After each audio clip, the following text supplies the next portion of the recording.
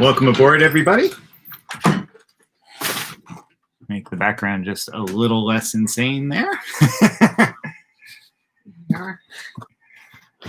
So, happy Monday. At least where we are, it's sunny. It's mild. No heat wave. No rain. No humidity. What's not to love, right? Perfect. Now, 3 months of that, please. I can dream, can't I? I hope you've had a great weekend, and welcome back to this week's virtual collage jam. And I always forget what number it is, but I should start numbering them. But I'll have to do some counting, which, you know, being challenged that way, it's today. It's today's jam. So welcome aboard. Come on along and join us. And so today we're going to be collaging on the theme of empathy.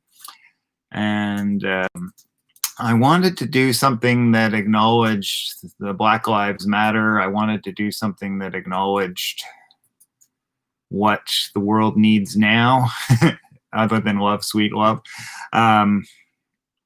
And I wanted it to be open-ended enough that that it could be taken many different ways, whichever way you're feeling. And so Kim and I were talking about what word and empathy and compassion and emotional connection has always been at the forefront of her work. And so she suggested the word empathy. So thank you, Kim, for that. So you're welcome. That's what we're working with. And so the piece that I am going to be working on is going to be a little bit of a departure for me. Not that I haven't worked like this before, but not on the collage jam.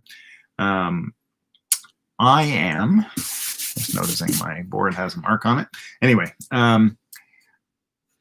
you may know that I do sign art as well. And so I am taking part in the National Arts Drive, which was supposed to be this weekend, but they decided to delay it for 2 weeks due to the unprecedented racial tensions and trying to let that movement have its head without being giving it the space it needs. That's a good way of putting it. Yeah. Because it's running in Canada-wide, but also in the States and also in Mexico.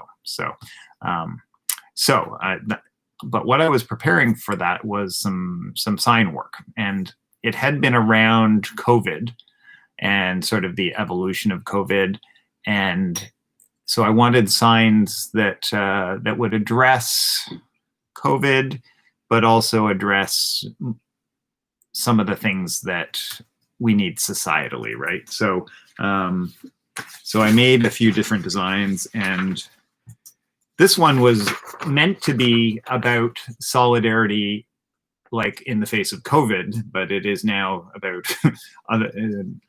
solidarity in many other ways as well. This is a version of one of my earlier ones, kindness. So love, January 1st to December 31st inclusive. Altruism needed, community-wide. This is a spin on an earlier compassion one. Compassion, always. And so one of those signs, as it turns out, is this one I'm about to show you, which is this one here, empathy required at all times. And so I was thinking about that, and I was thinking, why don't I just take the type out of it and make a version, some like a no parking signs, for instance. They don't have any type. Some of them don't. They just have the visual. So I thought I'll make a square sign with just this visual in it. And instead of making it fabricated like a sign, I would collage it. So that's what I'm going to do. Now, it has to be a reasonably large size for these bits to actually work. So it can't be this size, or I'm going to need tweezers, and I'm getting old enough that tweezers aren't as much fun as they used to be. I used to build all kinds of tiny stuff, but not so much. So I thought, I should do it on a board, like a panel. And I thought, I haven't primed any panels. I haven't prepped any panels. So I went downstairs in the vain hope of finding a panel. And the universe said, here's one panel that you didn't paint on yet, but it has already been sealed. So the universe said it likes my plan. So I have a 24-inch by 24-inch wood panel to work on. And so there we go. Nice large panel. Already pre-sealed with medium and sanded, because from a painting session probably a year and a half ago that I didn't get to it. So that is the plan. So it's going to have an activated sort of text, like light text background for the white. And I was thinking, oh, I'll just like find a bunch of magazine pages like the text pages. And then I thought, oh, it can't just be like anything. It should be something relevant. So in between my class ending at 12:30 and this starting at 1, and while I was making lunch and everything, I printed off, I quickly researched a bunch of articles on empathy. I should read some of these, but at least I have text that is somewhat relevant. So I'm going to tear that up, cut it up, and make my base with it. That's going to take at least all sessions, so you'll have to stay tuned for the actual graphic elements. And I feel like I've been yakking, and you guys have been taught. I want to tell you who's here, okay, who so, says hi, so who has questions. I'm gonna start tearing and pasting, and Kim's gonna tell me all about who's on board. So welcome aboard, everyone. So let's get this party started. The first people to say hi were Valerie and hey, Val. Annie. Hey, Annie. Annie had a quick lunch too from this morning. Kathleen says hello from London, Ontario. Hello, Kathleen. How are you? And Rena Gottesman's here. Hey, Rena. Those 4 last week, you were cooking. You were cooking. Sign them, frame them, sell them, share them. Annie says, love them, your signs. Oh, thank you. Thank you. Rebecca says, hi, all. Hey, Rebecca. York. Welcome aboard. And long time no see. Sorry, I didn't mean to interrupt. No. Ricky says, hello from Philadelphia. Hey, Ricky. How are you? How are you doing out there? I hope it's better than I think it is. Well, hopefully it's good in the room that she's sitting in, being present with you. Exactly. Okay? A little break. And her art. Yes, exactly. Mia says, Mia here. Hello, everyone. Fantastic signs, Cal. Oh, thanks, Mia. Welcome aboard. Hope you're going to have some fun today doing some collaging. Judy says, hi, Cal and Kim from Mississauga. Hey, Judy. And Annie has a question for you. Your first question. What is your panel sealed with? It's not, is it? Yes, it is. Oh, okay. Which is why I was so happy to have found it, because I didn't have time to seal it today, and I didn't plan ahead. So chances are, because I ask Kim every time I need to seal a panel, because she knows and I always forget. But you correct me if I've got this wrong, but I'm going to see if I can remember it. So I think what I've done is I have taken the plain wood panel and watered down some acrylic medium somewhat. What kind? I think it doesn't matter, but I think in this case I use semi-gloss. Okay. Oh, fluid, like liquid. It has to be fluid. Polymer as opposed to gel, like the sort of reasonably fluid, like this stuff right here. So reasonably fluid. And Polymer. I'll just chime in that according to the Golden Paint Company's latest research, and they are definitely the primo authority on sealing. On sealing to prevent surface-induced discoloration. You should use gloss medium to seal.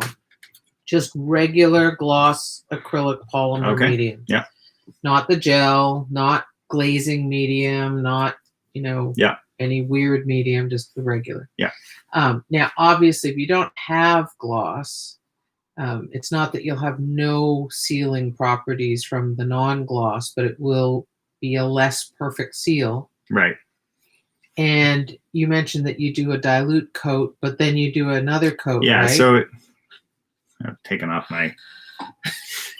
There we go. Way better, right? So a first coat, maybe two, I can't remember, of watered down. And what that does is raise the nap of the wood so it becomes fuzzy. So then it's a very light sanding to sort of take those little raised hairs or fibers down, very light. And then 1, 2, or 3, probably, I think it was 2 or 3 coats of I don't know whether it was watered down still or just straight medium, and then sand it again. So you can see, or you may be able to see, let's see, that it's, yeah, you can see that it's got some gloss to it. It's got a shine to it. Not a high gloss, not a high we gloss. used a semi-gloss medium probably. I come from watercolor, so I sometimes love the way when paint soaks into wood, the way it looks. But there's an issue with that because that surface-induced discoloration thing that happens, the wood isn't acid-free, so it will affect the paint. Whereas now that it has been sealed reasonably well, it will not. The issue is more complicated than that. But yeah. Here's the thing. If you're going to use a wash, so it's paint plus water, you can do that on the unsealed panel. And afterwards, you can seal that. And then add seal more layers. Yeah. Yeah. That's fine. Yeah.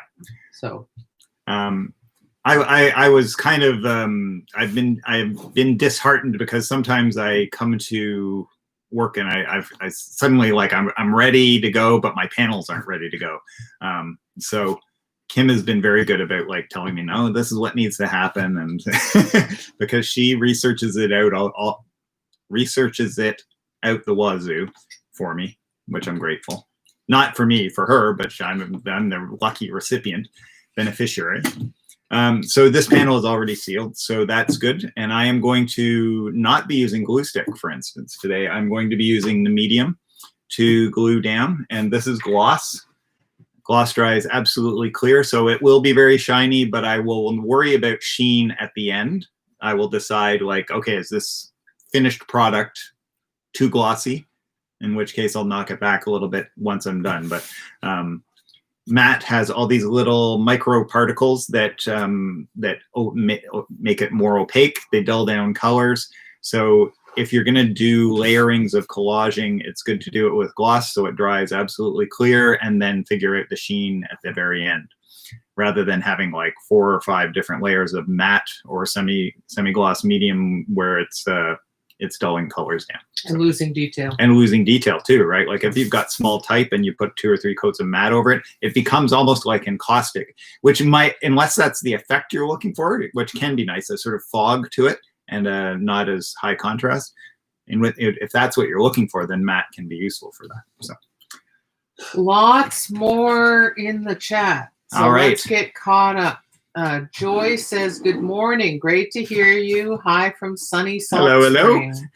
And Kim, just before we went live, Kim read me your lovely email about sharing about the virtual collage jam with one of your arts groups out there. So thank you very much. Thanks for giving us the shout out. So that's very sweet of you. Yeah. I hope we get some of your friends on board. That'd be lovely. Gerda says hello. Hey, Gerda. And Mira says hello. Hi, Mira. Jane says hi, guys. Hey, Jane. And Rena says, aw, thanks, Cal. That was from your comment a while back about her 4 pieces. Yes. Adele says hi, Cal and Kim. Hey, Adele. Ricky says, thank you for your kind words. Well, you're in our thoughts, Ricky, yes, and we're so glad you're here. Yeah, welcome aboard. Philippa, hi, Kim and Cal. Great to see you both Philippa. With a smile. Philippa said a really lovely thing at the end of Kim's virtual studio party on Saturday. She said, I feel like you guys are family. And you just like, our hearts went big squoosh, you know, when you said that. It was like, and it was right at the end, so we couldn't thank you in person. So here you are. Thank you. That was very touching, Philippa. Wow. Thank you. I feel like the sense of community at both of our online events is just phenomenal. Yeah. And so we love having you all here and being in your company, and appreciate you, Philippa. Mia says, I was using gesso on the front and back of my panels. Learn something new every day. Yes, it's a common misconception that gesso seals. Gesso is a fantastic primer in the sense it prepares the surface to receive the paint. It is not a sealer. Gesso is loaded with chalk. It has acrylic polymer in it, but it's a lower proportion than pure acrylic polymer because its main job is to be as opaque as possible and to provide a little nice bit of tooth. Yeah. So if you want to be like, of course you can do whatever you want. If you like, I just want to paint, I don't want to worry about this. Just be aware that there may be issues down the road. But so I presume then the correct, like, it's not, ultimately the whole discoloration thing really comes up with thicker applications. Oh, really? That take longer to dry. Oh, because while it's wet, it's leaching out of the wood, right? It's leaching impurities from the wood or whatever other material you're using. Right. Okay, so that's the real problem. Okay. And that causes the discoloration. Right. So it's the stuff that dries slowly, which is generally thick or impasto applications. Yep. But it could be poured. Yes, pours would anything take a while. Anything that takes a long time. Right. Yeah. Philippa says, I use the golden gloss medium a lot. Just bought more today. Excellent. I'm planning to collage a drawing I did yesterday onto a new canvas I just bought. Smile. Oh, she's a happy camper because she's loaded up on some new supplies, and that's a good feeling. New supplies are always a happy thing. Yeah. Joy asks, how big should it be? I'm not exactly sure what that question. So I'm making mine big which you may have missed. I'm making mine big simply because I want to do this graphic here. And if I'm trying to make that size or something reasonably small, getting the pieces to fit is going to be annoying. Whereas this size, it'll be fine. But size is really completely up to you. Yeah. I don't normally work this large for collage. I just thought this one suited it, and the universe found me a panel downstairs that was ready. So yours could be 6 by 6, 8 absolutely. by 10. Don't worry. As always, guys, this is about your response to it. I have my own particular predilections and interests, peculiarities. Exactly, my own strange things, and that's the way I am, and it shouldn't be the way you are unless you happen to overlap with mine, right? So Mia says, love your red Bravo happy t-shirt. I'd love to get one for my hubby. This is from the 1990s. Yeah, it's from the 90s, and it's got a few stains on it. It's got a few holes in it. It's one of my painting t-shirts now. So isn't it from a paper line? Yeah, it's from a Island Paper Mills. And so it Bravo was a kind of glossy paper that designers could specify. So the back is actually kind of fun. Is that showing on the camera, Kim? Yes, it is. Isn't that great, that back? So, yeah. A lot to love about that t-shirt. Cheryl says hello from Coburg. Hey, Cheryl, welcome aboard. Francois says, hi, Cal and Kim, I'm back. Yeah, you and Annie, both from refugees from this morning. Well done, you guys. Yep, hardcore. Debbie Moses says, do you mind if I join today? Debbie, this is available to anyone and everyone. This is completely free, completely open. Join us whenever you like. Yeah. Every week, every once in a while, whatever suits you. This and the virtual studio party. So, yeah, glad to see you. Yeah, welcome aboard. Lillian says hi from Winnipeg. Oh, good. We got the center. We got the center of the donut covered. That's right. Salt Spring, Winnipeg, Ontario. Is anyone at the East Coast? Well, Philadelphia's east of us, isn't it? I actually don't know. South, but it's south, east of but us, I don't know whether it's any east or not. East. Yeah. I think it must be. A little bit. Pennsylvania, like when I went through Pennsylvania when I headed south, on my big trip. All right, Kim, get out the map. Okay. Online. Do it online. It'll be Yeah. easier. Well, let me read some more. Okay, yeah, I can do it during a lull. Yeah. Debbie says, it's so nice to be with you both. I really like this topic. We need it so much now. Oh, thank you. That was my thinking. Yeah. Yeah. I just. And Zara says hi. Hey, To Zara. both of us. I liked your big Z for your name collage. That was That's great. fun. Yeah. What a great letter Yeah. to work with. And I missed You're it so at lucky. first. I mentioned in the comments because there were other stuff that was small that I sort of latched onto, and then I went, wait, there's a big Z in there. Yeah. So That's fun. yeah. Joy says, your back says it all. Yes, I do like that. Those sentiments have my back. Mia says, love that shirt front and back. And she adds, I have 2 business boxes full of 12 by 12 inch wood panels waiting. Now I know Ooh. how to seal them properly. Big thank you. Oh, great. Yeah, you're very welcome. And Debbie says, okay, thanks so much. Love to see you. Likewise, Debbie. Welcome aboard. Ricky asks, where are you? So we're in a city that's a suburb of Toronto. Yeah, Ricky. it's basically Toronto. We're right so on Lake Ontario, across the lake from across Buffalo, from Buffalo, I guess. yeah. More or less, yeah. Buffalo, New York.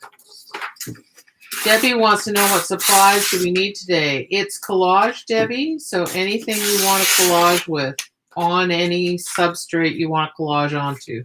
Yeah, so materials always are up to you. I do lots and lots of things, usually with just a glue stick because I like to keep things simple, right? And he likes to keep his hands tidy. I do. I guilty as charged. It's true. It's true. So I think every other collage jam I've used a glue stick and a knife and scissors and some magazines kind of stuff. Just happens that today I have a different plan, so I'm going to be using medium for today. Acrylic medium. And like 4 times bigger than usual, so which is also kind of fun. But you know, if you don't care about yellowing, you could use something like white glue. If that's what you have in your house. Yeah. Just so you know, like it's using acrylic medium is in order to be using artist quality archival materials. But there is no law that says everything you do needs to be artist quality archival materials. No, absolutely. Just you know, so I'm looking at this medium and thinking it looks a little yellow. Am I dreaming or? It shouldn't, but it does. Don't you think that looks a little yellow? I think it depends on the light. You know, it also might be the plastic too. Yeah, so we'll see. Exactly. Yeah. I think the plastic turns yellow. But medium should be clear and stay clear. Well, it should look like milk when it's wet. Yeah, yeah. Exactly. And then it dries clear, depending on the medium. Some are more clear than others, as we've discussed already. Okay. What supplies do we? Oh yeah. Annie wants to know, why are you ripping the paper? Because I am going to make a sort of pell-mell background of almost white torn pieces that all have some, like if you found the occasional word or sentence that you could read were about empathy. But it is going to be the background for sort of this kind of a graphic. The white areas. Yeah, so all the white areas. So I'll worry about the frame and the graphic last. What I've done is I've printed out, which I won't even need for now. I printed out linears. Because Cal is nothing if not precise. But he's tearing, so you know it's a nice tension. I printed out linears of all of the graphics that I will piece together and then use to transfer that. But before I have a white ground, that's all cart before the horse. So that can wait until I've got my ground made. So I'm just tearing out stuff to make my ground out of. And in fact, Ricky says, so yes, Philadelphia is east and south of where you are. okay, right. Yeah. Thank you, Ricky. I thought it was. Ricky asks, what is white glue? Elmer's glue? Yes. Yeah. Elmer's glue, LePage's, Weld Bond has a white glue. That's a Yeah. really strong. It's sort of a premium white glue, Yeah. Weld Bond. But Elmer's is great. Yeah. Yeah. But they do all yellow somewhat over time. Yeah. Some will turn quite amber over time. So you just have to be okay with that happening. Yeah. know? So if it's something you're okay with or you're looking for, I once did a piece that was just on white watercolor paper, and I drew with the glue to make sort of a raised lines. And I thought that's beautiful, but I was using white glue, and then I noticed like that 5 years later it was like quite amber. Mm-hmm. It wouldn't be that if I'd used medium. Now this medium would be too fluid to do it. I'd have to maybe mix this with gel to get sort of that glue-like consistency. Yeah. A soft gel might actually be good. Soft gel would actually be about the right consistency, it strikes me. So Rebecca, I have a question for Rebecca. Am I misremembering or remembering correctly that for a project you did in Halliburton, you used white glue to make image transfers? Ooh. Yeah. So just let me know if my brain's working or misfiring. Because I like to know how well it's working. I'm not betting against Kim. Well, she would, but I'm on the fence. Mia says to Philippa that she loved her last comment from last week. You said it best. I find that this is an extraordinary community led by the most inspiring Kim and Cal people, teachers, leaders with big hearts. Oh, Mia. Wow. You're gonna make us like now go to the comments, find the thing and frame it and put it up on the wall. Thank you. There are worse things. Yeah, there are much. So yeah. Thank you so much. Yeah, that's you guys. Yeah. What a blessing you are. Debbie asks, what about Mod Podge? So it's fine. It's a decoupage. Yeah, glue. It's different than acrylic medium, but I think I think the makeup must be. Maybe am I talking out of my hat? It takes longer to dry, and it has some properties that are different than acrylic medium. So, do you know how it does the yellowing wise? I think it's supposed to be good. Okay. Yeah. The one thing I have noticed, and I haven't used it for ages now. Someone recommended it to me. In fact, Rosemary Vanderbregen, who's a collage artist, just some of you guys may know, she recommended it, and I do find it's quite sticky. Yeah. Like it's even stickier than medium, and that might be useful if you want like it to grab. So definitely worth. But there are also contexts in which the stickiness could be really annoying. An issue, exactly. Like if you're hoping it's gonna, like I'm gonna end up with some medium on top, right? So if it was something really sticky and I had a bit of stuff on my hands, it would really grab dirt, right? Or if the wind blows with something in the window, and it sticks in it. And it's already bad enough with medium with stuff getting lodged in it, but if it's like really tacky and grabbing. But all that said, loads of people use it for decoupage and collage, Debbie. So if you have Mod Podge, you can feel free to use it. Yeah. Rebecca says, you are right. Yay, my brain worked. She said, my entire semester was using glue for a bunch of stuff, including image transfer, and she even sculpted with it. Well, there we go. Yep. My brain was not misfiring. You made Kim's day. I had this memory of us standing in front of a panel that had your, like a temporary wall type panel or barrier panel that talking about your transfers and obviously other things as well. So that's great. Not a false memory. Oh, Joy says, yay. Possibly celebrating the fact that I remembered. Oh, that's great.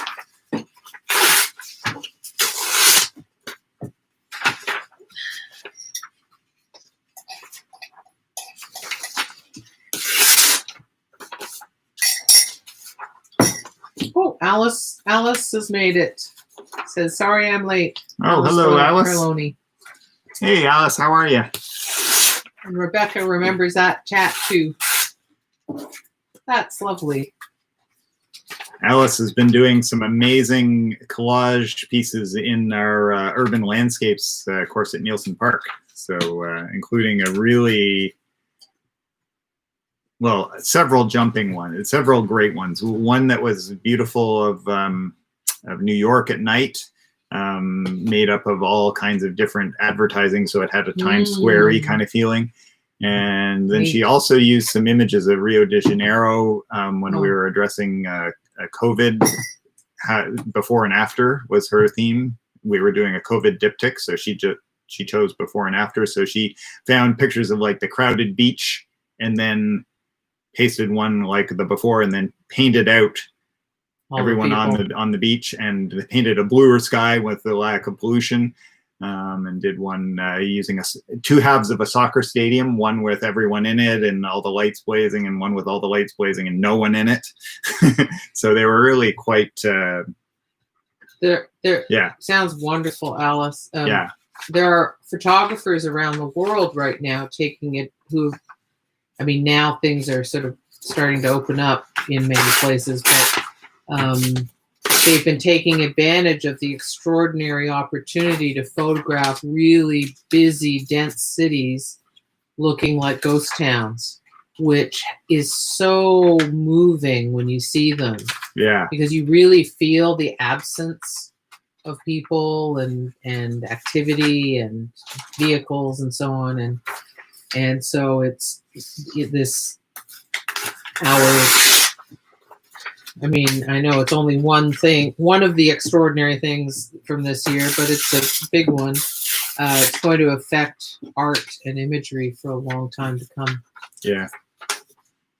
Alice says, I am busy between New York and Rio. Lucky me. Nice. Ricky asks, is there a way we can see Alice's urban landscape collages? Would she mind sharing them? So Alice, you sent them to me, right? I think to post for you. So if you let Kim know that it's okay, I'll post them in the virtual collage jam group if that's okay. So just let her know one way or the other. And we'll just mention that we're posting them because it was in the discussion. Yeah, exactly. Great. So. Alice says yes, and she also thanks everybody and you for your positive comments. Oh. Thank you guys for doing so much great work. And Ricky, thanks for asking that. That's lovely. That is. It's a good thing. Yeah. I need a power cord. I'm set up with mine. There we go. In just scanning these articles that I guiltily haven't read all about empathy, and I'm going to go back and read some because definitely need some of that for my white privilege retraining. I found it interesting, at least at first blush, that there was one from the Harvard Business Review, the problems with empathy, and I thought. Oh man, like no, I haven't read it, so but I just thought, that's telling right there, isn't it? Yeah. Yeah. Just problem number 2, it's zero sum. Oh, yeah. That's the problem with corporations is that they're not people, even though by law they are. So they don't have consciences and so on. How to rein in excessive empathy. Yeah. So let's not. Yeah. Let's not dwell on that. Yeah. Yeah. Just exactly. because I think that this needs to be a nurturing recovery space. Exactly. So.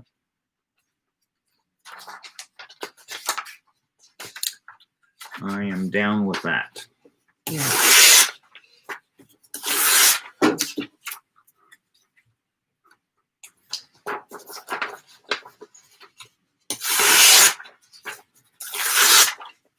Lots of tearing. Now, are you going to keep the right angles that are on some of them, like the hard edges that are on some of them? I should keep some of them, but not all of them. Okay. Yeah. Yeah. I was just noticing that there were quite a few. Yeah. Yeah, a lot of them have hard edge or even a right angle. It was a first tear. Yeah. So, No, but yes. enough, but I didn't know if it was a decision or. Oh, look, Sarah Boyles has arrived. She says, "Hi, sorry to be late. Looking to do something green. This season is so empathetic to our isolation. Yes. The green and greening of nature is empathetic. It's a very healing thing, isn't it? And it's we're so fortunate that the seasons COVID happened in the season that it did, so that we could, after we're kind of tapped out or under strain from the lockdown, that nature opens up and gives us something healing. I've noticed in my classes as well as in our jam that a lot of people, there's a lot of overlap between artists and gardeners anyway, right? Because of the creative and restorative nature of both. But I've noticed a lot of people really, really nature focused, and I think it's because of its healing properties, you know. Especially in the face of all the difficulties with COVID. So, how many people here have gardens that they're able to go and work in, spend time in, or including balcony gardens? Like, it doesn't have to be a big garden. I know my mother is suffering from the fact that she, during all this lockdown, she doesn't have a balcony, and she's really feeling that lack intensely.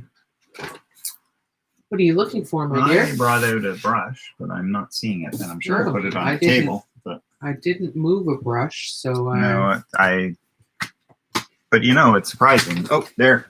Got it. There it is. Sort of a lump underneath everything. No, that isn't it. Oh, yes, that is it. Okay, good.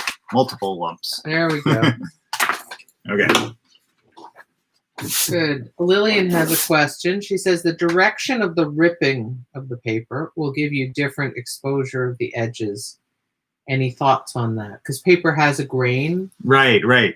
Yeah, and whether you tear this way or this way, you get the white edge, and I think that's actually interesting. Well, I think it's like whether it's lengthwise or crosswise. Oh, right, yeah. That's what the grain is. Yeah, when you go across, sometimes it's this way, and when you tear with it, it's more or less, it can be quite straight. Generally, the principle is work with the material as it is. Yeah. So sometimes you need to rip across, and you'll get a more irregular edge. I actually am happy to have some irregular edges. The edges won't be the most important thing. Probably the directional lines of the text. Yeah. So if those two are end up being layered up, you will notice the change, the ripped edge, but not as much as the black parts, I think. Because the black on white is the highest contrast element, whereas the edges of the paper are just going to be on more white paper with text, so it will appear less contrasty. It's something that I've been meaning to get at. But my whole work with signs, there are a couple of things that this collage that I'm doing, I think, is good for. My sign work is very graphic. It often doesn't take much time to actually do the design part, but what I should say is the execution. But then there's all this okay, what's the visual? What should it be paired with? To write very few words and have them sort of feel signy, but say what you want them to say. There's a whole bunch that's oh my God, it's it drives me crazy. It's like trying to write shorter haiku. So the thinking part is the long part, and then the execution part is shorter. And it's also very, very bold and graphic, because signs need to be, right? Out in the world, when they're far away, you still need to be able to quickly, at a glance. But I I think it'd be kind of nice to have this very graphic structure, but then when you get closer, realize, oh, it's got all this other stuff in it as well. So that contrast of like really bold, but also some nuance when you get close. So Now you have another artwork, an earlier artwork that relates to that approach, the Canada flag one. right, yes, on my website. I hope it's on your website. It is on my website. I'm just not sure which page it's on. But anyway, it's on my website. It's a Canadian flag that was done using phone book paper and then painted over top. So it's got some of that same thing. It's got like an overall graphic approach, and then when you get closer, you notice more detail. So, and this is also more about making. I've really missed when I'm doing too much of this. It's all in my head, and then I actually don't make the signs. I send it to the sign maker, which is great. It's fun. It's great to see it come back. But there's some actual hands-on, which is really nice to this aspect. We got lots of chat to catch up on. All right, then I'm gonna do some gluing, and you can do some reading. So, Joy says, green and natural feeds our souls. That's the truth. Yes, that is the truth right there. And now proven by science. Yeah, like we didn't know it already, but it is nice to have, like, for those people who poo-poo it, it's nice to have the data. The data, exactly, for those who go by data. Mia says, yes, we are so lucky that COVID-19 is not happening in the dead of winter. Yeah. Hopefully your mom can at least enjoy her view from her window. Yes, she does have views in a couple of different directions, which I think is nice. So that's good, and she can let lots of light in if she feels inclined. Rebecca says, I have a small garden here, but I'm missing my big one that I usually manage at work. I teach gardening to kids normally. Ooh, yeah. Yeah, that must be rough for you, Rebecca. But at least you have a little respite in your small garden for the time being until you can get back into the big one. Annie writes, we have a yard and I'm always enlarging perennial gardens. Oh, we need you. Yeah. But they are work despite LOL. Yes. Yeah, even though it's perennials, right? Yeah. Each day is a surprise to see what is blooming or changing in some form or other. Purposefully earthing more. Yeah, that's good. Getting in contact with soil and yeah.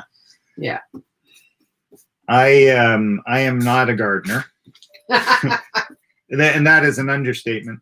But I also I really do appreciate the cycles of nature. I miss being up in Halliburton, where as a child my connection with nature was very strong, and I noticed you were able to notice every last little, like that daily you saw changes in the way the seasons and the nature cycles evolve, unfolded. That's the word I'm looking for. Yeah. Joy says, I almost live in mine every day. I weed for 2 hours a day. I am so impressed, Joy. I think that might kill me. Yeah. But it is very rewarding. Even weeds have beauty. Isn't that the truth? They do. They do. We were doing in the Jelly Jam course some printmaking with wildflowers, wild plants or weeds. Yeah.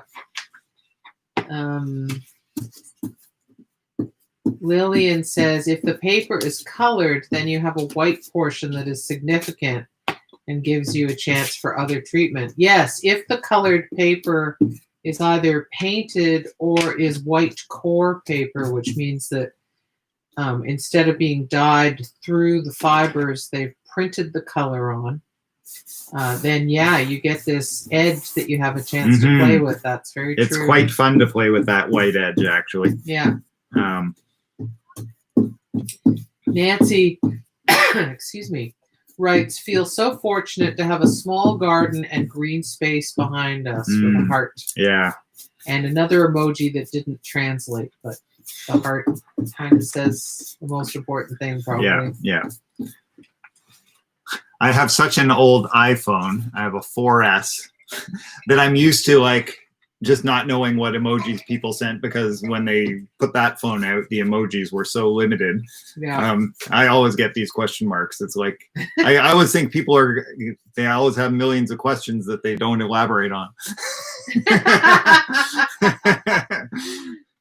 Cheryl writes, in my retirement, I have expanded my 2 gardens to 6, plus several pots. Wow. That's amazing, Cheryl. Yeah, you are wow. It must be wonderful. Green goddess. Yeah.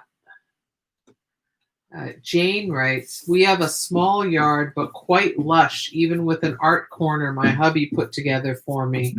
Have a big deck, so living outside these past few days. That sounds great, Jane. And a small yard also means lower maintenance, which if you value that, which I know we do, is great. Big deck, less, you might have to sweep it. And say hi to Colin from me, Jane. Yeah. Mia writes, rough edges would give the sign a lot of interest in an almost sculptural, textural way. Definitely will help activate it. Yeah, it will still have a square edge, because I'll trim off anything that protrudes beyond. But having all these different angles and tears and so on will definitely activate it. Yeah, because the torn edges are so organic in feeling, because they're based on the fibers. So, let's see. Mira writes, I live in our garden morning to night, breakfast and barbecues, watering plants, watching them bloom. That sounds like a very Mira. healthy. When you said your garden goes all the way around your house, so that you must love that. Whereas I think about moving from your old place and think about how great that garden was, and it would break my heart because I'm not a natural gardener. So to finally have a beautiful garden like that, I'd be like, what? Now I have to start from scratch again? I'd be heartbroken. Yeah. Whereas I know lots of gardeners that are like, yeah, let me at it. We used to have a bunch of nice hostas until some animal decided it wanted to dig them up and eat them. I'm going to assume that they were actually eating grubs in the ground below, but I don't know. It might have been skunks. Who knows? Anyway, it got disheartening, and we can't afford to buy a lot of plants. So we had to rely on people who were dividing up their hostas. So it got very complicated. So now we have no hostas, which is very sad because we love them. We do have, fortunately, we have a very flourishing vinca jungle, which we know is not a native plant, but honestly, it's such a beautiful plant, and it's a miracle for us because it grows in our garden with us being completely neglectful. It grows in our crap soil and in our terrible soil. Abysmal complete lack of tending. Yeah. So that sounds to me like perfect. Yeah, really important for us. Although we're sad because the bloom has come to an end, and it was so beautiful for weeks. Where are we here? Lillian writes, her mom is also secluded in her condo. She would love to go for a walk around the building, but that will have to wait. She is quite the trooper. Yeah, psychologically and physically too. I mean, so confining, right? It's really hard for the older folks who are in that circumstance. And, I think about families, because I grew up, a whole bunch of my growing up was in a high rise. I think about families locked together in apartments. Oh. And I think, oh my God, because yeah, I would have lost my sanity if I was growing up under those circumstances in the apartment. Now, don't get me wrong, it was a nice apartment, but yeah. Lillian says her mom says that at least no one is shooting at her, reference to her time as a refugee after World War II. Wow. When the airplanes overhead were shooting at her. Yes, definitely. That is at least she can watch television and do whatever activities keep her happy that she can do at home and not be in mortal fear every moment. Marie is here. She Hello, says, Marie. Hi, Cal and Kim. Just working along as I listen and watch Cal work. I do have a garden and spend more time than usual out there this year and open all the shears every morning, which I never did in other years. Yeah, that's, being able to really appreciate it is, and what better time now than to really be appreciative of it. Yeah. We put in a patio quite a long time ago, 2008. Oh. In fact, to be fair, my nephew did most of it. I helped him with it. And we often don't get out there until July, and then it's already overgrown with weeds. Really, we have to machete, right? But this year, because of the nature of the fact that we've been in so much and anxious to get outside, we've actually eaten outside a few times. I've actually done a little weeding. Even I did some weeding. Yeah, nothing like Joy Mind, but nothing at all. But yeah, I have to pace myself because every time I do it, I injure myself just because I'm in bad shape. Valerie writes, love gardens, hate gardening. I grow really good dandelions. And dandelions are so good for you. So if you keep them organic, you can harvest them. Yeah, we did. Sadly, we have sadly and also not sadly, we have tons of dandelions. And we do not use any pesticides whatsoever, organic or otherwise. So before I did my first major mowing this year, I harvested a bunch of our dandelions, and we had added them to our salad. It was great. And our front lawn also is about half strawberries. So shortly we'll be harnessing all the strawberries before I do the next mowing. That's right. They're just blooming now. Yeah, they'll actually probably not be right away because it's a slower season this year. Yeah. Or a later season. Yeah. Mia writes, I am jealous of all the wonderful gardeners here. We have a small deck that I try to make happy for butterflies, moths, and bees. Good for you. With a few annuals and herbs. Yeah. Love being out there, albeit tiny. It can be a beautiful haven, even if it is tiny, and it sounds like yours really is. Yeah. Especially if you get to watch butterflies, moths, and bees pollinating, right? So that's so good.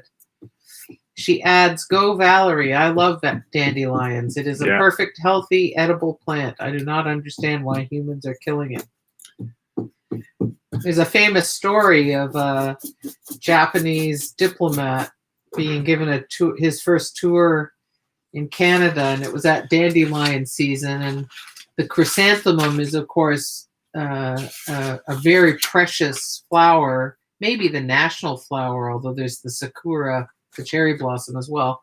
Anyway, so dandelions have a chrysanthemum type form and that gorgeous yellow color. So he raved about how lucky we were to have our grassy areas covered in these extraordinary flowers.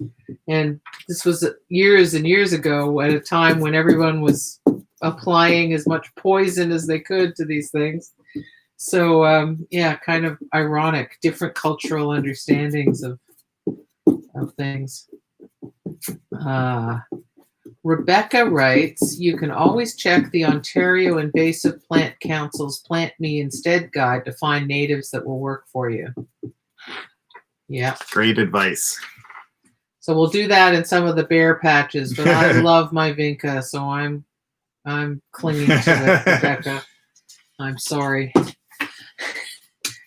Joy writes, Vinca is so natural, has carpet effect with stunning blue or magenta colors, no low maintenance. Yes, all of those reasons we love it for. Also the deep glossy green of the leaves, and that it spreads really well, which in our, if you saw our, I'm going to put in quotes, landscape, you would understand why we value that.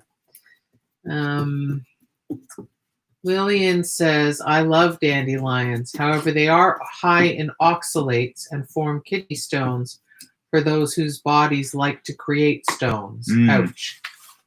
That's good to know because I've just learned that I have one. So yeah, so I guess Cal won't be having the dandelion greens. Yeah. Thanks. So that's Lillian. good to know. So thank you. Yeah.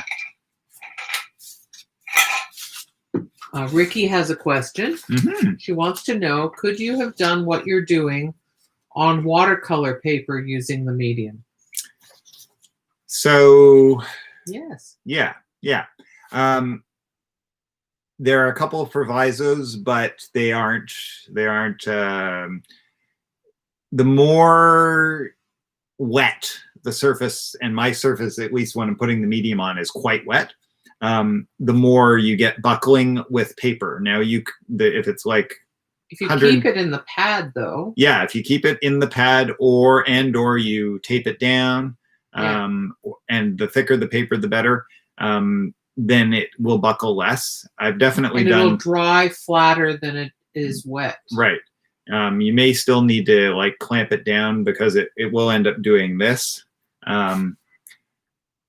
If you then. Not if it's taped. No. I'm just trying to.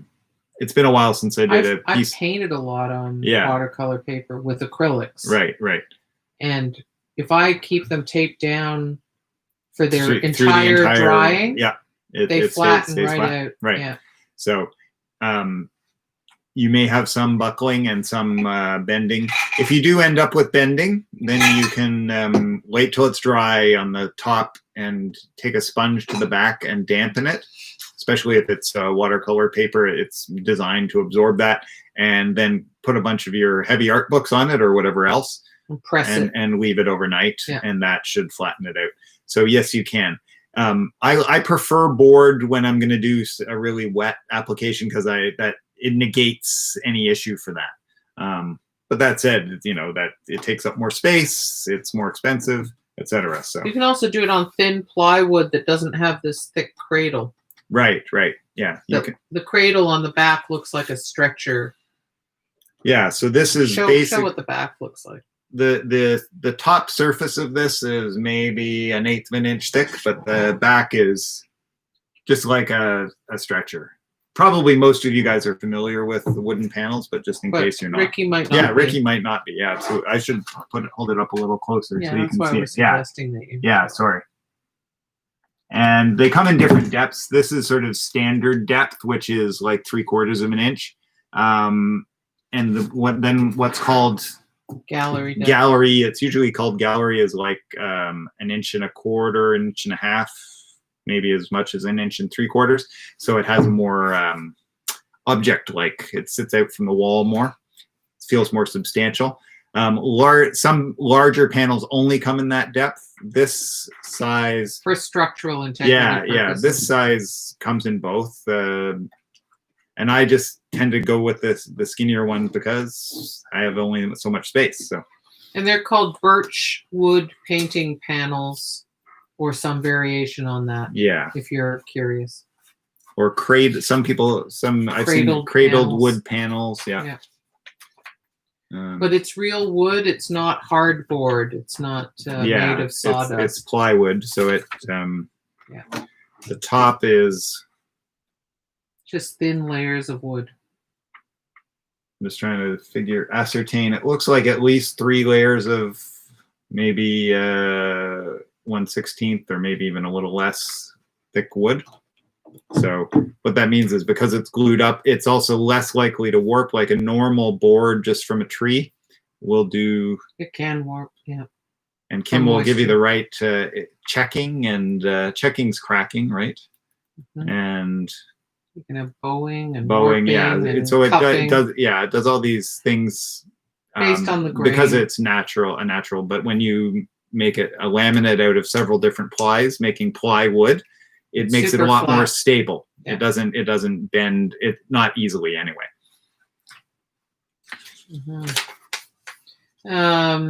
Debbie, Rebecca said, oh my goodness, let's back up here. All right. We're way behind. All right. Joy says, great exercise, all that stretching and bending. Who needs the gym? Exactly. Yeah, exactly. It's awesome exercise.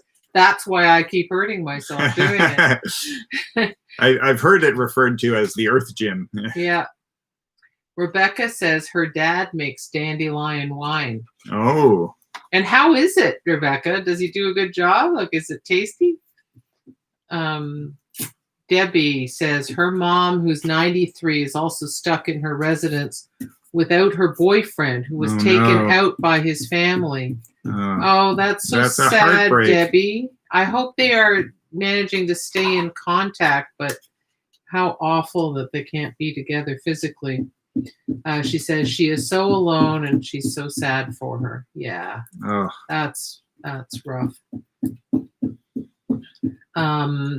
Mia says during war times, dandelion salad was a luxury. Yeah. Yeah. There's so many foods you can forage, which is a little, if I had hobbies I could actually practice, that would be one of them. So we make do with what we can forage in our yard, which is dandelions and wild strawberries for the most part. Although I have made crabapple jelly from our crabapple tree, and I even tried using the hawberries, I think, for something from our hawthorn, but that was not worth it at all. No, because it's mostly seed. Yeah, a hawberry is like the fruit is basically a skin, and then the seed is like just slightly in from that. Yeah. So that was pointless. Yeah, I mean, I guess if you boiled it down or something, but even then. Yeah, but it's a lot of work. It is a lot of work. And then, I think some people are fine with them. Some people react, I don't know how, but not favorably to them. Yeah. Like not toxically, but not well. Yeah. Whereas I love crabapple jelly. That was also a lot of work, but for much better yield than the hawberries. Rebecca says, no need to be sorry. Thanks, Rebecca. Mia asks, is Vinca periwinkle? Yes, it is. Yeah. It is. Lillian says, avoid all dark leafy greens, beets, rhubarb, etc. Well, that's problematic since dark leafy greens are such healthy foods, except for that. Is that for the kidney stones? Because we're gonna have to look this up, obviously. Yeah, we eat kale twice a day at least. Well, maybe not at least, but we eat a lot of kale. We eat a lot of leafy greens, spinach, because it's so good for you. So I'll have to. Sometimes we even have beet greens. Yeah. Hello, Ruth. Ruth has arrived. Hi, Ruth. Late as usual, she says. As long as you're here. Yeah, that's all that matters. That's really nice that you were able to get here. Joy writes, wow, so much to learn. I've never used a panel. Is it made of plywood? Well, hopefully we've answered that. Yeah. Yes, it is. And birch is the most common material, which gives you that nice, light, fine-grained wood. Annie asks, is wood nicer to paint on versus canvas for acrylic? It's a matter of personal preference.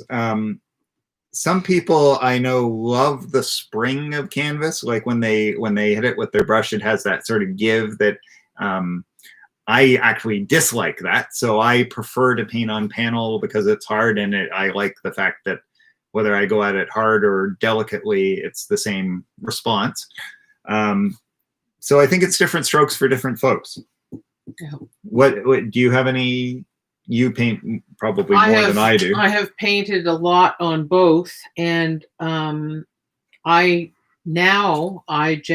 the past several years, I generally prefer painting on the birch panel. But I think it's very personal. Some people really like the give of canvas, or they like the surface qualities of canvas. If it's just the surface qualities, but you don't actually like the give, then you can actually glue canvas to your birch panel and then paint on the canvas. Yeah, I've definitely encountered people who do that. Yeah. Sounds a like lot of the another layer really of work, big, though. a lot of the really big painters who paint on canvas, you know, I'm talking about kind of superstar painters, highly respected contemporary painters. They paint on unstretched canvas stapled to their studio wall with lots of extra margins so that they sort of figure out what space their painting occupies and then stretch it later. And some will stretch it on regular stretchers, and some will have it wrapped around a rigid support. So one thing that allows them, which is something that I've always had a bit of difficulty with off the rack canvases or wood panels for that matter, is being able to figure out exactly what the artwork is after the fact. Like, okay, I painted it, but actually I don't want as much of that edge, or I want to go right to the edge. Oh, actually I could extend it a little bit, but you can't do that with that's one of the things I like about working on paper, is you can crop it in the mat afterwards. Yeah. So pros and cons, right? Lillian writes, if you are looking to exhibit in a gallery in Ottawa anyway, they require gallery depth edges, or they require that you frame your piece. Yeah, so certain commercial galleries will be like that, and it depends very much on the gallery. I've certainly heard that, and you know, there are different kinds of galleries. So the more I don't know how to describe this. The more contemporary art galleries, that is to say less conservative galleries, they're going to be open to many, many other ways of presenting work than that. But the more traditional galleries are going to be more, require that kind of conformity. So I love exhibiting in other kinds of settings, because how art is presented, certainly in my work and in Cal's work, is very much part of the art. So Cal, for example, with his metal signs, well, clearly they're not framed. Clearly they're bolted into the wall, or appear to be bolted into the wall. Because that's the appropriate form. Yeah. You know, I have paintings that are gallery depth, but I equally have paintings that are quite different and would be unsuitable for framing. And that's because they need to be like that. So it's, you know, it's totally fine that galleries serve different audiences and different needs. My work would not be a good fit in galleries like that. I didn't become an artist in order to comply with someone else's standards for the format of my work. Yeah, as soon as I hear you should, the hackles on my back are up, because different work and different artists have different requirements for their work, right? And I think it should be the decision of the artist, whether it's personal preference for what they like to work with. I often like to think of, okay, well, what's this work about? Yeah. If the work itself suits a particular kind of like, oh, so you paint on shingles, so it should be hammered up with roofing nails, right? Yeah. If you work with paper, maybe it should be held up with clips. Yeah. Or if like it's water, prints. if it's watercolor, maybe it should be used the brown tape to the wall. You know, it should be whatever. It's another way of expressing what the work is about, is how it's hung, how it's displayed. Yeah. So presentation is part of the design. Presentation is another factor. Everything matters when it comes to your work, right? From like everything you do on it, to how you present it, to the space it's presented in, etc. So, but that said, if there's nothing wrong with loving gallery depth panels and canvases, or loving framing or any of that. Yeah. Like just You can tell it gets our hackles up. we just don't like the enforcement of that limitation, which just means we would not be a good fit with those particular galleries, right? So Rebecca says they like it. Oh, the dandelion wine. I'm allergic to dandelions, so I've never Right. tried. Oh, Rebecca. Yeah. Understandably. Yeah. Joy says you can make dandelion vinegar as well as a salad dressing. Ooh, that's a great idea. Joy. Yeah. It Using, makes sense. It's got a really sort of bitter. would that just be with the leaves, or would you use the flowers as well in that, Joy? Slade writes, "Hi, Slade. Hey, Slade. Nice to see you. Did I mention that Gerda said hi earlier? Yes, you did. Okay, Yeah, good. yeah. I hope Gerda saw me wave hi a while ago so. there. Yeah. A native of Manitoulin Island is called a hawberry eater. Really? Wow. Wow, there's some folksy information Yeah, we absolutely. didn't have. Thanks for sharing that, Slade. Ruth says, sorry to ask something that everyone already knows, but what's Cal's goal with this piece, or is it to be determined? No, she doesn't know your objective. Yeah. So Ruth, just the drive-by is I am using this sign that I have off at the sign makers right now as a jumping off point, but it's going to be a square canvas without the words, but with a frame. So it's going to reference signs, my sign work, but it is going to be a collage piece. And so the graphics will be collaged on after the fact. Right now, I'm just making an activated ground for the white areas. And, you know, I may have some areas that are too dark in which case I'll cover them over partially. You can always collage. Yeah, I'll collage something else on it. But right now I'm basically building a ground for that to happen on top of. And I was going to use magazines, just pell-mell, but then I thought, okay, it's all about empathy. I should have content that is about empathy. So I quickly printed off a bunch of articles about empathy and ethics and so on. And so that's what I'm using as my base. Ruth writes, okay, awesome.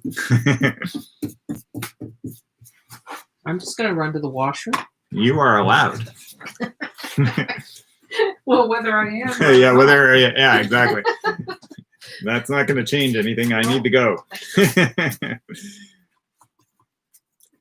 So I should ask you guys what if anyone, presumably you're working away on this as well, some of you at least. And so what, you don't have to know exactly, but let us know what kind of images, what kind of ideas you're playing with along the theme, or if you're doing something else entirely, which is, as always, is totally fine to do something off theme whenever you feel like the theme isn't what you're feeling that day. And I'll get Kim to pass them along to me shortly.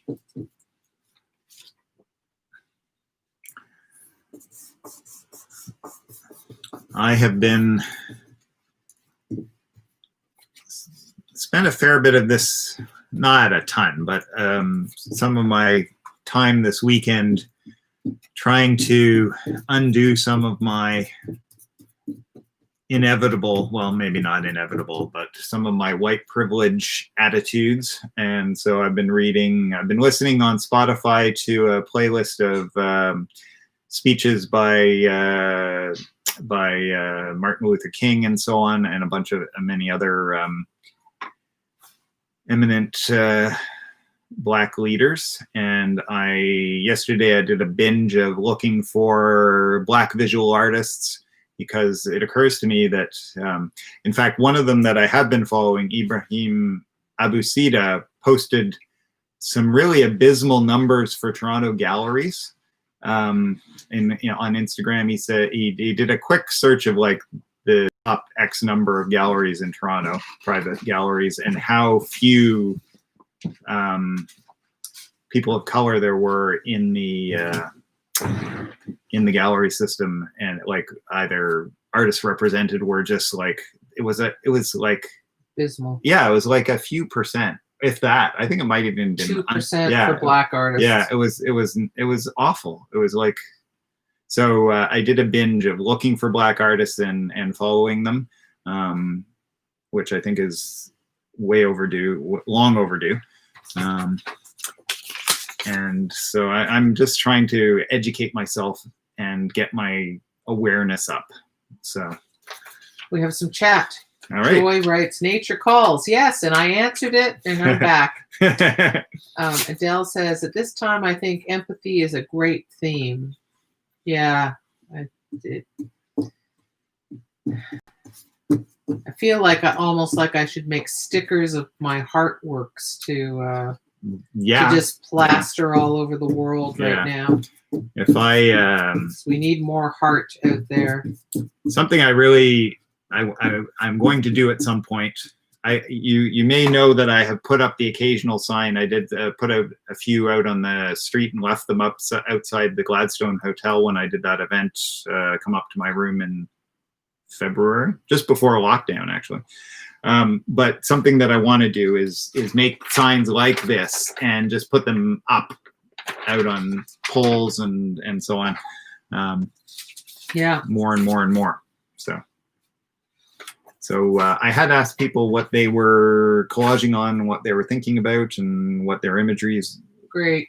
But Joy writes, I've been drawn into the garden, green and healing theme. Yes, that's lovely. Perfect. Rebecca writes, and this is such a great quote. She's being inspired by a Joanna Macy quote. And, it's about the heart, and so I'm totally I'm grabbing that quote and putting it in my pile of heart stuff. Yeah.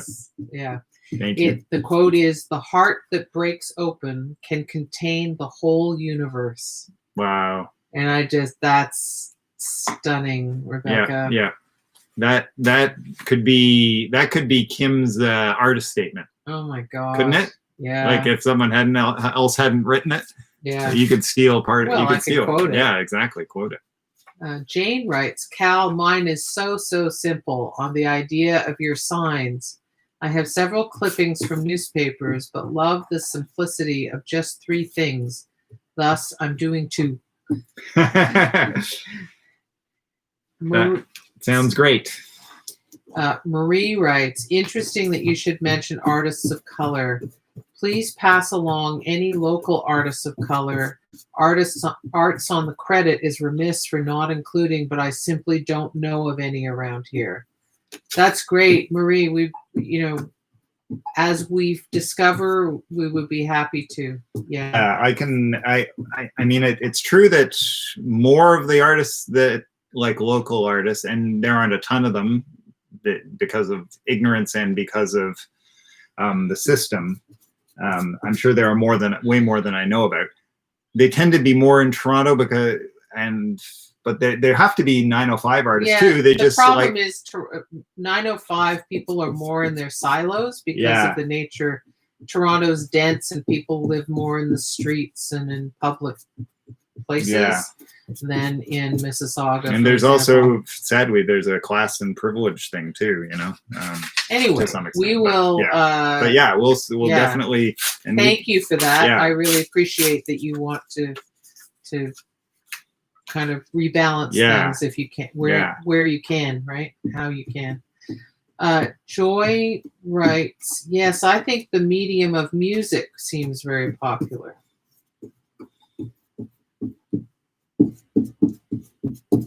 Absolutely. Yeah. Mira is working on her empathy box. Ooh, that sounds great. I love that. It's the sound of that.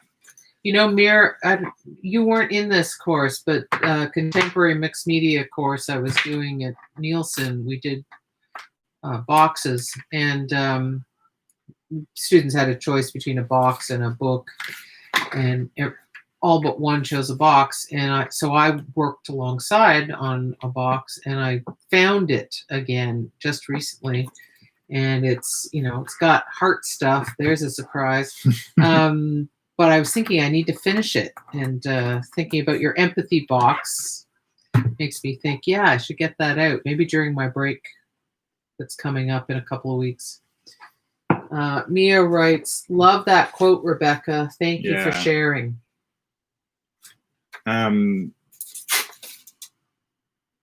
Mira's empathy box makes me think of Joseph Cornell, because he was a very sensitive soul, I think, and made beautiful, sensitive artworks, often in boxes, right? So yeah, that definitely makes me think along that line.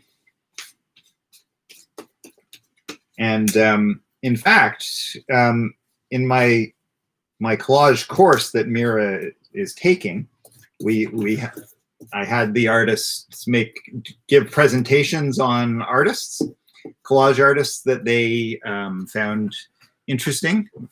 And two people presented African-American collage artists. One person presented Mark Bradford, and he's a giant. He is a giant. He's a giant of contemporary art. He uses collage. He's an LA-based artist and just does jaw-droppingly amazing work. Yeah. And Mira presented Romer Bearden, who was he's amazing. A really, like, one of the 20th century greats of collage. And unabashedly African American. That was his themes were all about that, and wonderful work. Yeah, and wonderful work. So yeah, I gotta catch up here. I'm not sure I read this. Mia wrote, "Love that quote, Rebecca. Thank you for sharing." Yes, I think you did, but sorry, that's okay.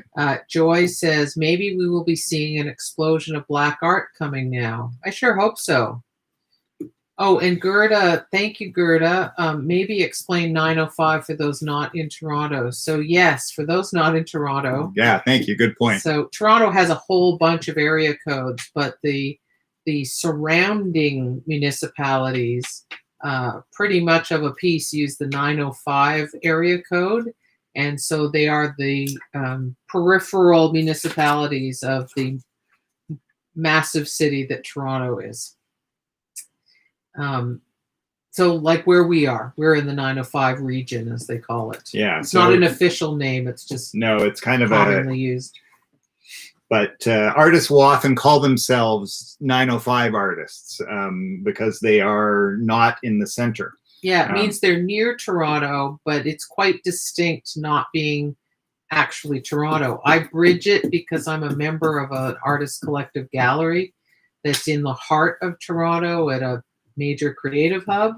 So I'm that artist plus I'm a 905 artist. So, but I'm used to doing that. I'm always bridging identities.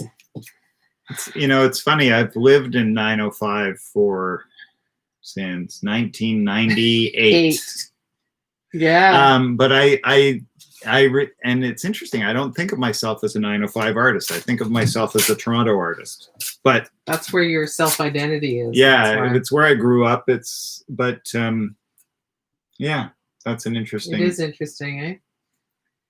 But I think But if people were to quantify me as a 905 artist, they wouldn't be wrong. I've been living and working there. You didn't become an artist until you lived in the 905. No, that's true, actually. Cal, I remember we were living in our first house in Mississauga, our beautiful house that we miss so much. I encouraged him to enter a jury show that was in Brampton at what was then known as the Art Gallery of Peel. Yeah. Peel is the name of the region that the city of Brampton is in, and the city of Mississauga. So he was at that time just in his free time doing watercolors, representational watercolors, while running our business, our design business. And he entered the beautiful watercolor of gourds, decorative gourds inside a glass vase. So it was quite complex. And it was beautiful. And of course it got into the show and he was stunned. I think he entered it to humor me. And then he got in. He was like, "Oh." I was taking. I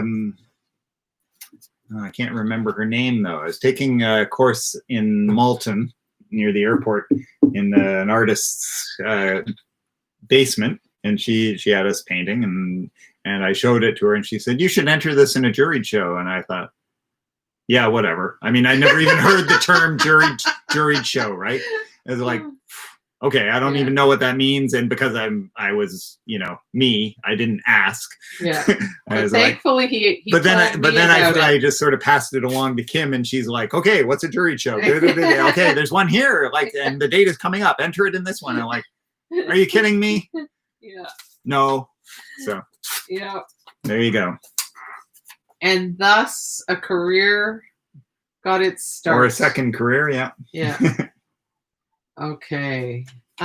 Mira said, when I researched about the life of Romare Breeden, learned how little I knew about Black artists. Well, exactly. Yeah, exactly. They just, because they're so underrepresented, there was that reportedly fabulous Mickalene Thomas show at the AGO last year, I think it was, that we didn't get to.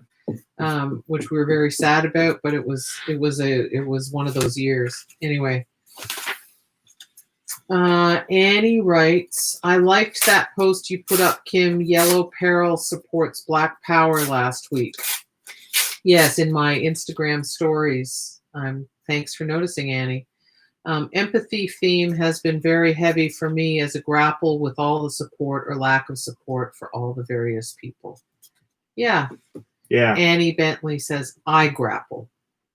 She grapples with that. Yeah. I grapple too, because I feel the weight of responsibility, and I feel the weight of, I'm not a loud person generally. Like, I do not speak out, and that's a problem, right? And I'm like trying to figure out how to do that, right? Yeah. And so I know I need to. Work in progress. And so it's work in progress, exactly. Yeah. So I'm trying, I am going to more likely speak with visuals than I am to give a speech. Yeah. But well, because that's me, right? But so stay tuned. Yeah, exactly. It's work in progress. It's work in progress. But I am trying to put more into the hopper, intentionally seek out more to learn.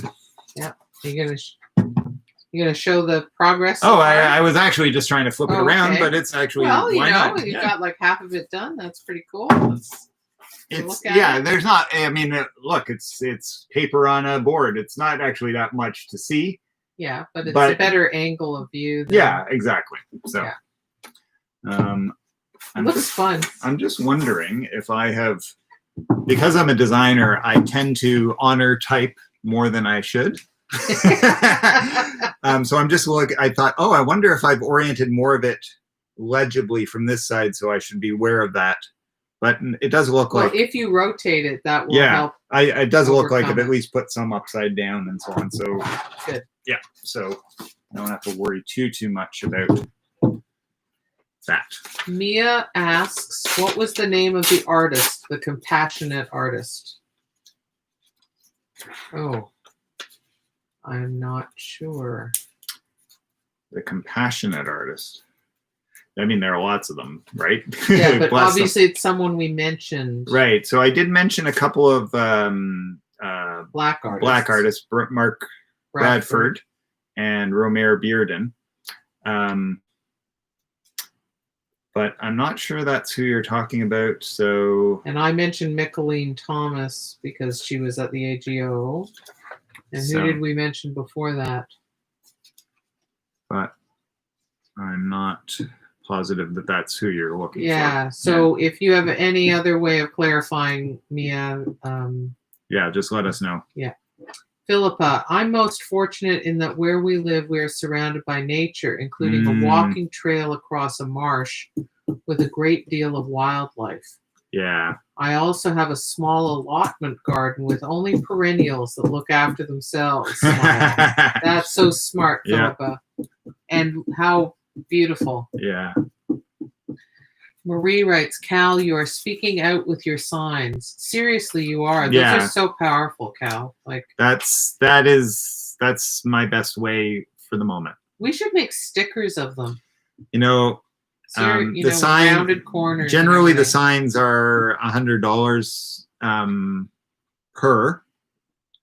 But yes, I've had the thought that I should have something that is an easy thing to buy. Yeah.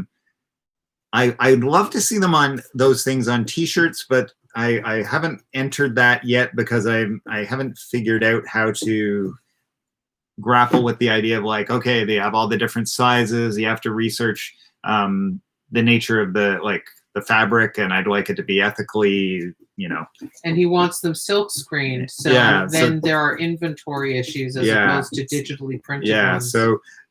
But meanwhile, stickers, in fact, I think is a great idea. I think stickers would be the next step. Yeah, exactly. Buttons too. Kim is. How long have you wanted a button maker for, Kim? I think I was 8 years old. Yeah. And I haven't stopped wanting one. Yeah. So actually, this summer that might be a great thing. So you can have, if you want like a ton of buttons made, you can have them. You can order it, or you can buy like an industrial size kind of button maker. But I think there's one that you can make small quantities, which would be great for A, doing small quantities, and B, doing prototypes. Yeah. So maybe we'll do that and start with some sign buttons too. Yeah. So stickers and buttons. Stickers and buttons are awesome. And well, and if you can do buttons, you can do fridge magnets. Some people might like fridge magnets. Yeah. So stay tuned. Yeah. I mean, who knew we were going to get into all this? But this is the year to do it. Yeah. If we're going to. So. Yes, that's right. Joy writes, "Your art collages will speak loud and clear for you, Cal." Oh, thank you. Oh, Ricky. Ricky says, "Was it Joseph Cornell?" Yes. Yes, that's it. Yeah. That's exactly it. You were right. I forgot that we talked about Joseph Cornell at all. Good thing we have a second, a whole bunch of second pair of ears. And, we have a brain trust. Yeah, brain trust, exactly. Mia said the very first one before those two, no worries. So Ricky has answered it. Yay, Ricky. Thank you. Yeah. Judy writes, "From last week, any updates on the Canadian Art Magazine?" I haven't heard any, Judy. This is about, for those of you who missed that last week, Canadian Art announcing that they could not go to print, that they've been hit so hard financially by this year, and their advertisers have, clearly, and that's, you think about all the galleries that have been closed for COVID, how many of them will actually be able to reopen? We'll have to see, right? I know that in Toronto, the real estate prices and the rents are insane. Yeah. Like it is way too, I mean, hopefully it's dialed down now a bit, but it became like Vancouver. Yeah, it was just astronomical. And I know a bunch of galleries either went out of business because their rent, they just couldn't make rent. Landlords kept doubling their rent. Doubling rent, right? Like we're not giving you a 10% increase, we're doubling it. Yeah. In other words, get out because we think we can find a better tenant.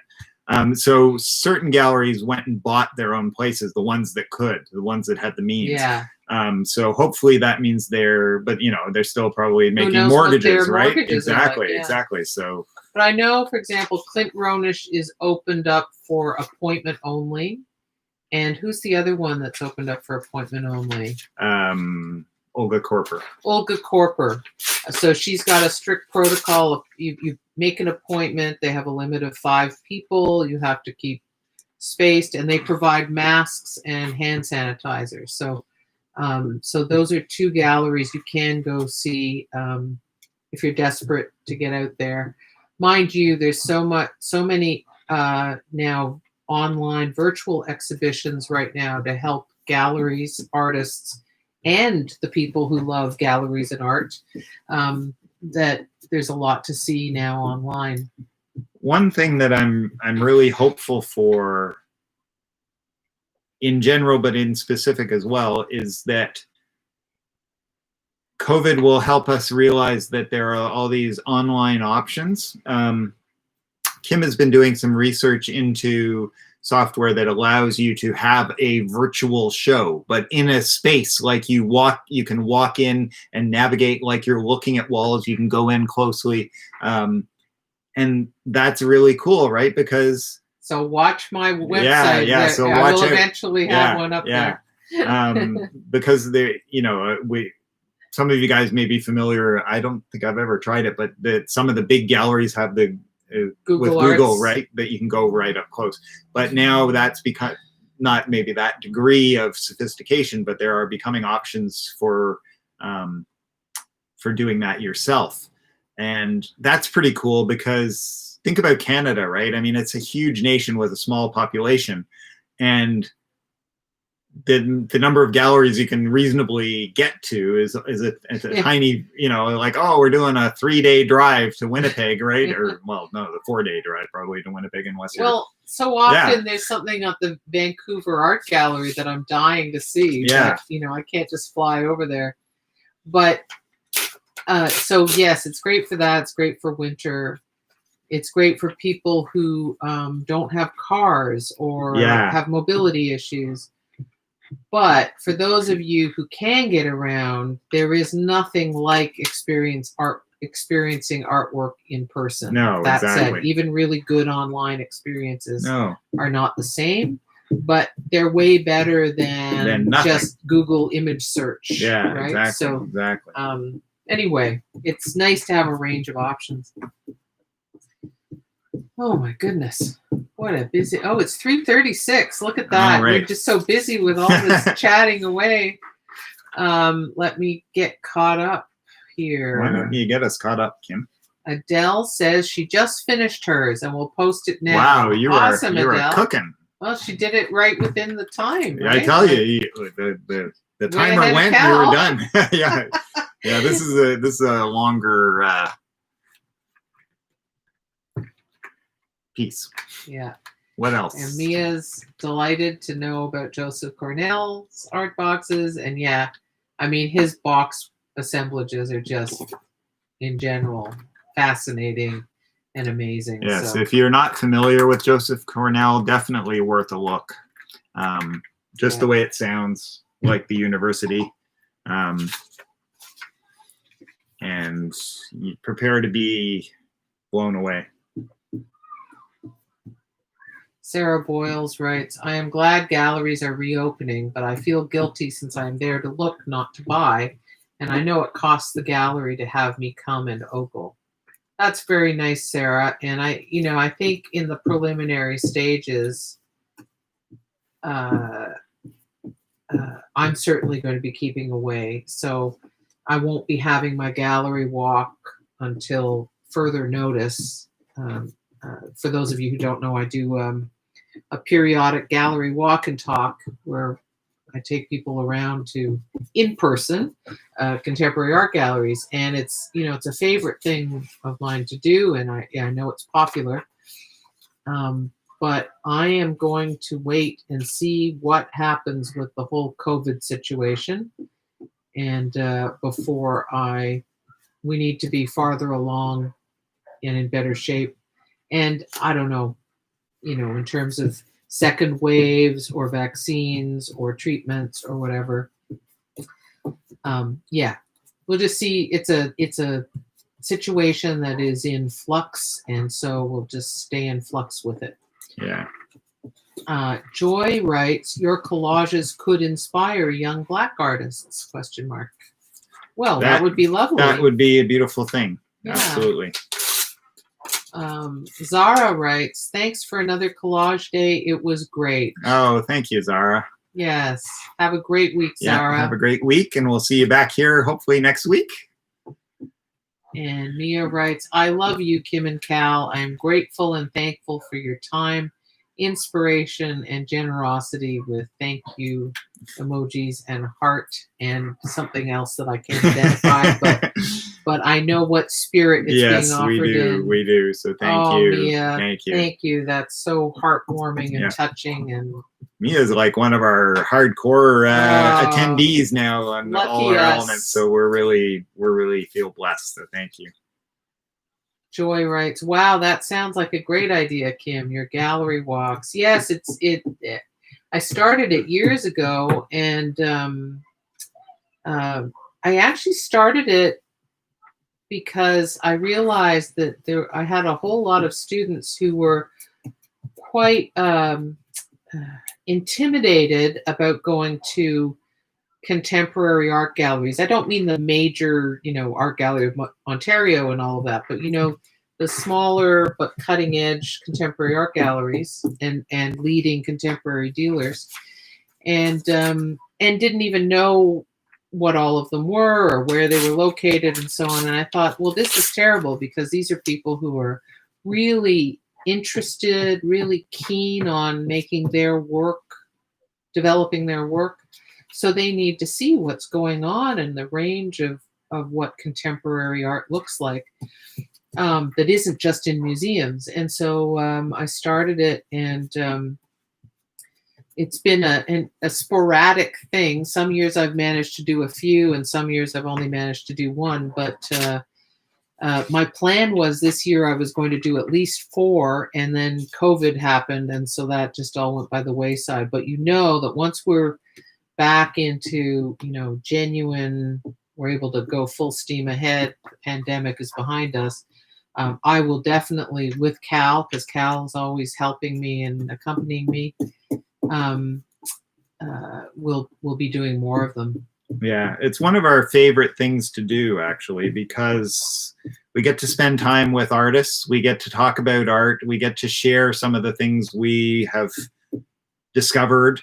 It gives us a chance, because we live in the periphery. We don't get downtown as much as we would like to, the cutting edge galleries. So when we do these, it means we go down and research and find out things and talk to gallerists and all of that is good. It's all good. Every bit of it is good. So it's a really, and we 3 months ago, I guess the beginning of the year, January and February, we're thinking, okay, this year we got to do at least 3 and maybe 4 of them. Yeah. Because we'll get started in March. Yeah. As if. We should be wrapping up. We should be wrapping up. And so I'll just share the last things. Thank you, everyone, for coming out. Marie writes, "Great discussion today. Thank you, Marie. You were a great part of it, and as was the rest of the gang here." Debbie says, "Thanks so much for this wonderful class/therapy." With lots of exclamation marks. Made her day. Thanks, Debbie. And welcome. Mia says, "Ditto, Debbie." Joy writes, "Yes, a big, joyful, distant hug to both of you with thanks." And she's got hearts, cherry blossom, love eyes, and a butterfly. Wow. So that's how blessed awesome. are we?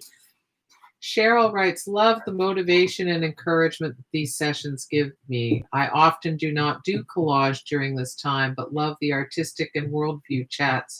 Thanks so much." Rebecca writes, "Thank you so much. Inspirational as always." Thank you all. Yeah, thank you. You are inspiring to us. Yeah, exactly.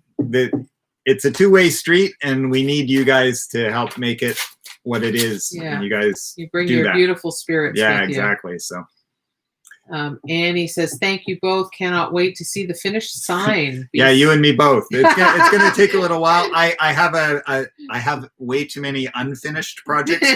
But one thing I don't think I actually managed to say, so I'm just going to say it before we go, is